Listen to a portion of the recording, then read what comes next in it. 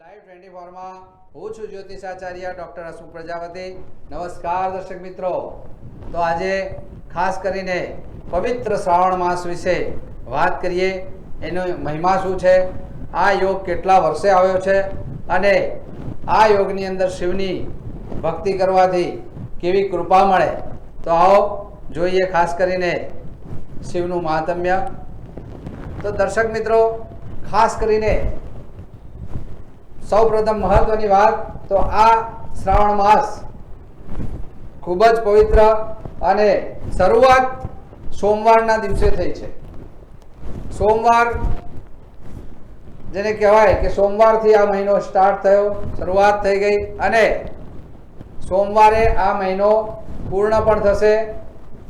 5 સોમવાર આવે છે અને આ વખતે 2 અમાવસ્યા છે, એટલે કે સોમવારે પણ અમાવસ્યા છે અને મંગળવારે, એટલે સોમવારથી લઈ અને સોમવાર સુધી આપણે ગણી શકાય।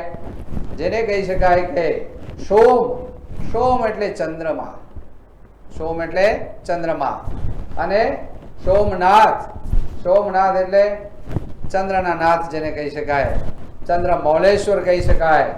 તો આ મહત્વ કેમ છે? સૌપ્રથમ તો ચંદ્ર એ મન સાથે જોડાયેલો ગ્રહ છે, કારણ કે આપણું મન જે છે જ્યોતિષ શાસ્ત્રની પરિભાષામાં મને એવા મનુષ્યાણમ કારણમ બંધ મોક્ષયો, મોક્ષ અને બંધનનું કારણ મન છે। મન હોય તો માળવે જવાય। એટલા માટે મનને મજબૂત કરવાનો માસ, મનને મજબૂત કરવાનો મહિનો એટલે સોમવાર, શ્રાવણ માસ જેને કહી શકાય।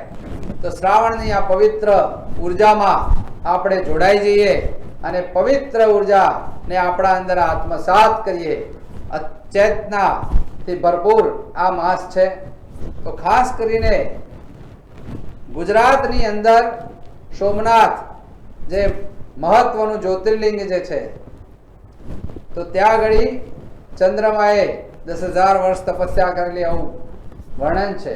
એટલે ભગવાન શિવજીએ પ્રસન્ન થઈ અને ત્યાં સ્વયંભૂ ચંદ્રમાને ધારણ કરેલો છે પોતાના લલાટ પર, અને એટલા માટે મનનું મહત્વ ચંદ્રમા સાથે જોડાયેલું છે। આની દંતકથા તો લાંબી છે, પણ અત્યારે આપણે વાત નહીં કરીએ। અત્યારે મહત્વ ઉપર જઈશું વિશેષ કરીને, એના યોગ ઉપર જઈશું વિશેષ કરીને। તો ભોળાનાથે પોતાના લલાટ પર, મસ્તિષ્ક પર ચંદ્રમાને ધારણ કર્યો છે। જે માણસ પોતાના મન મસ્તિષ્ક પર, લલાટ પર ચંદ્રમાને ધારણ કરે, એટલે કે શીતળતા ધારણ કરે। કંઈક બી વાત હોય તો કહેવાય છે કે ભાઈ અહીંયા બરફ રાખો, કેમ કે મનને ઠંડુ રાખો। જેટલી તમારા માઇન્ડ ઉપર શીતળતા હશે એટલી તમે કોઈ પણ બાબત શાંતિપૂર્વક અને ધૈર્યપૂર્વક અને ખૂબ જ સુવ્યવસ્થિત રીતે પાર પડશો।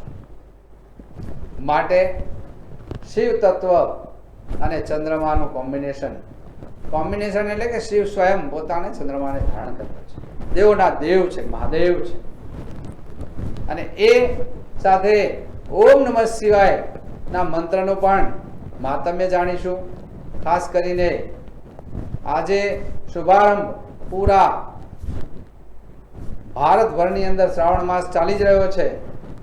તો જેને કહી શકાય કે ખૂબ જ ભક્તો, શિવના ઘણા બધા ભક્ત છે, એ ભક્તિમાં રંગાઈ જાય અને આ ભક્તિમાં રંગાઈ જવાથી શિવત્વ પણ પ્રાપ્ત કરી શકાય છે। જ્યારે માણસ શિવત્વને પ્રાપ્ત કરે ત્યારે એને કંઈ જ બાકી રહેતું નથી, એને કોઈની જોડે કશું જ માગવું પડતું નથી। મારો મહાદેવ જેને કહેવાય ને કે મહાદેવ પ્રસન્ન, શિવ પ્રસન્ન, એટલે બીજું કશું જ જોઈએ ના, એ બધું જ આપે છે। હે બોલે તેરી જટા में बहती है गंगधारा। હે અને ચપટી ભભૂતમાં, એની ચપટી ભભૂતમાં ખજાના કુબેરનો આખો ખજાનો ભરેલો છે। એટલે મહાદેવને, શિવને પ્રસન્ન કરો ત્યારે બીજું કહીશું જ જોઈએ નહીં। આ મહિનો 72 વર્ષે, જેને કહેવાય કે આ યોગ શ્રાવણ માસનો 72 વર્ષે આ યોગ આવ્યો છે, જેમાં પ્રથમ તો સોમવારથી શરૂઆત થઈ અને ઘણા બધા યોગો આ વખતે એક તો ગુરુ અને મંગળ ભેગા ચાલી રહ્યા છે ત્યારે આવ્યો છે। શનિ મહારાજ પોતે કુંભ રાશિમાં ચાલી રહ્યા છે, જે પણ શશક મહાપુરુષ નામનો યોગ બની રહ્યો છે, એ સંજોગો ખૂબ જ અદ્ભુત છે. બીજી વસ્તુ એ છે કે હંમેશા શ્રાવણ મહિનાની અંદર સૂર્ય કર્ક અને સિંહ રાશિમાં આખો મહિનો એટલે કે 15 દિવસ જેને કહી શકાય તો એ આવતા હોય છે. કેમ કે ચંદ્રમા એ સૂર્યનો મિત્ર ગ્રહ છે. એટલા માટે એક વિશેષ મનને મજબૂત કરવા માટેનો પવિત્ર સંગમ, જીવ ને શિવ સાથેનું મિલન જેને કહી શકાય. તો ચંદ્ર એ મન છે, જ્યારે સૂર્ય એ આત્મા છે. મન જ્યારે મજબૂત થાય એટલે આત્મા સાથે એનું મિલન થાય.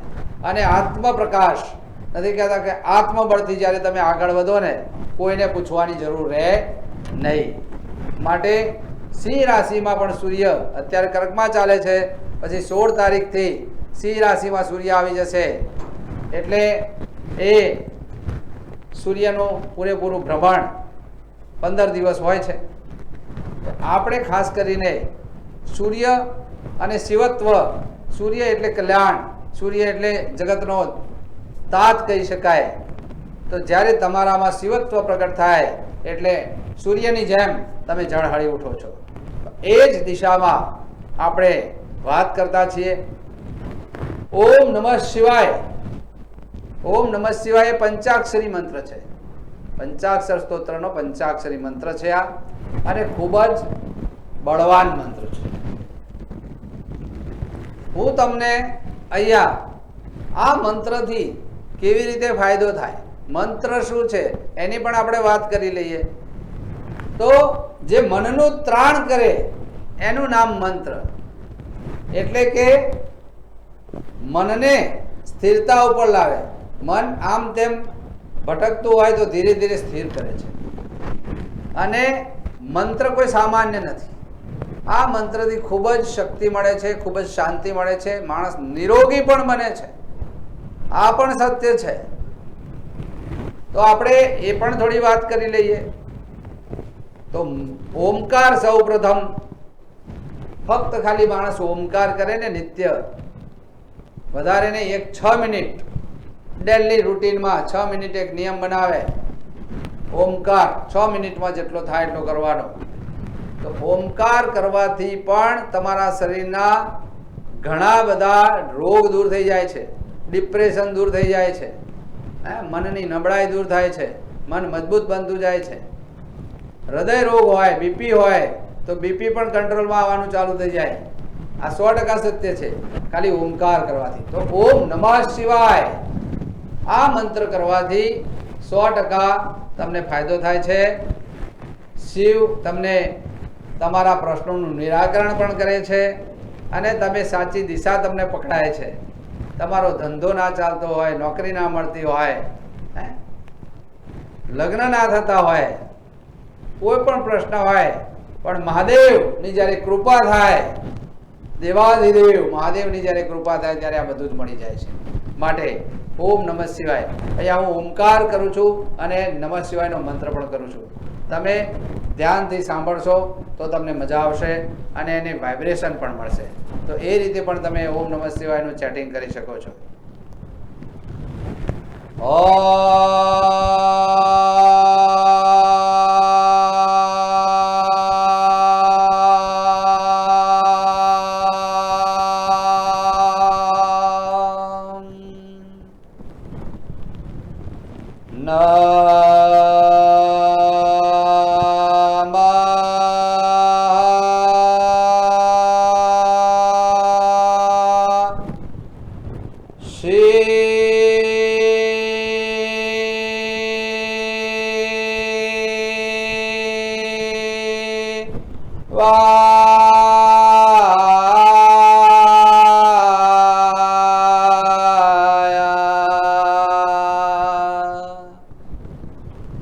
આ રીતે અભ્યાસ કરવાથી તમારા મનની શુદ્ધિ અવશ્ય થાય છે, પણ શરૂઆત ધીરે ધીરે કરવી પડે છે. એના માટે ઓમ નમઃ શિવાય. ઓમ નમઃ શિવાય.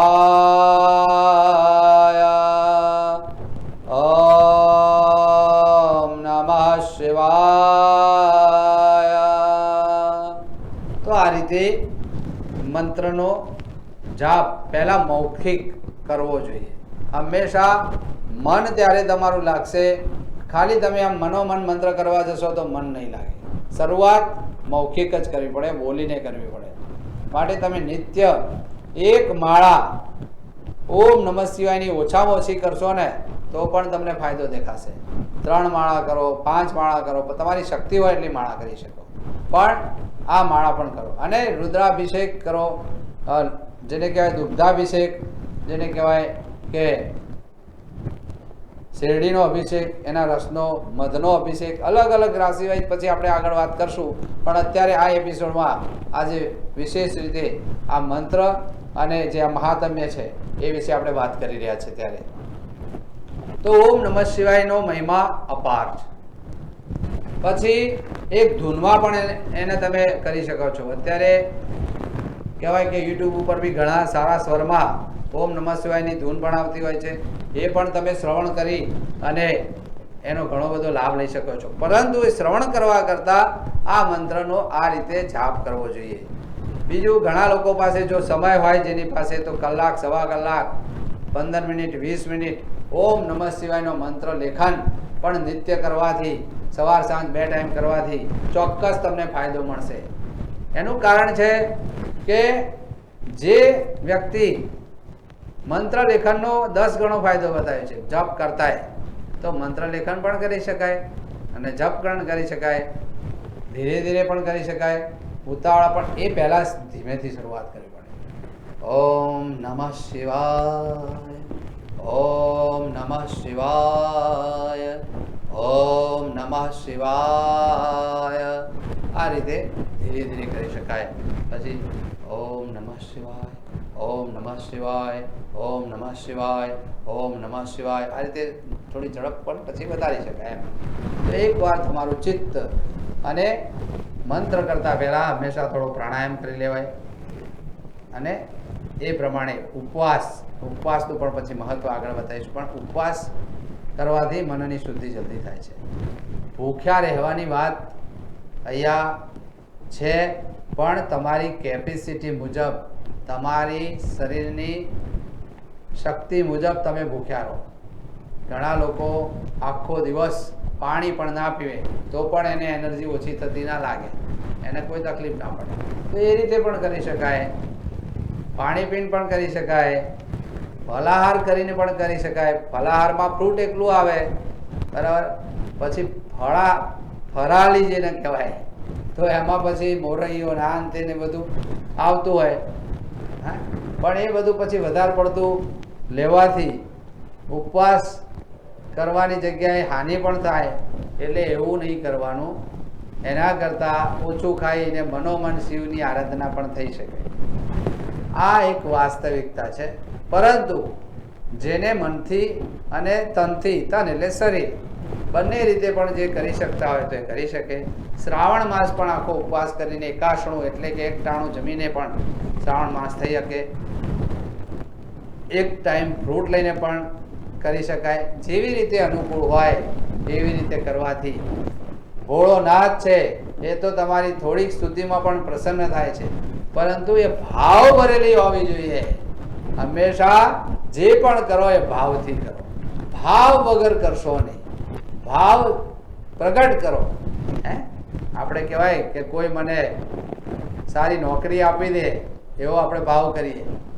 કોઈ કંપનીમાં મને સારી જોબ મળી જાય, કોઈ મારો સારો ધંધો થઈ જાય. ભાવ વગર કશું નથી.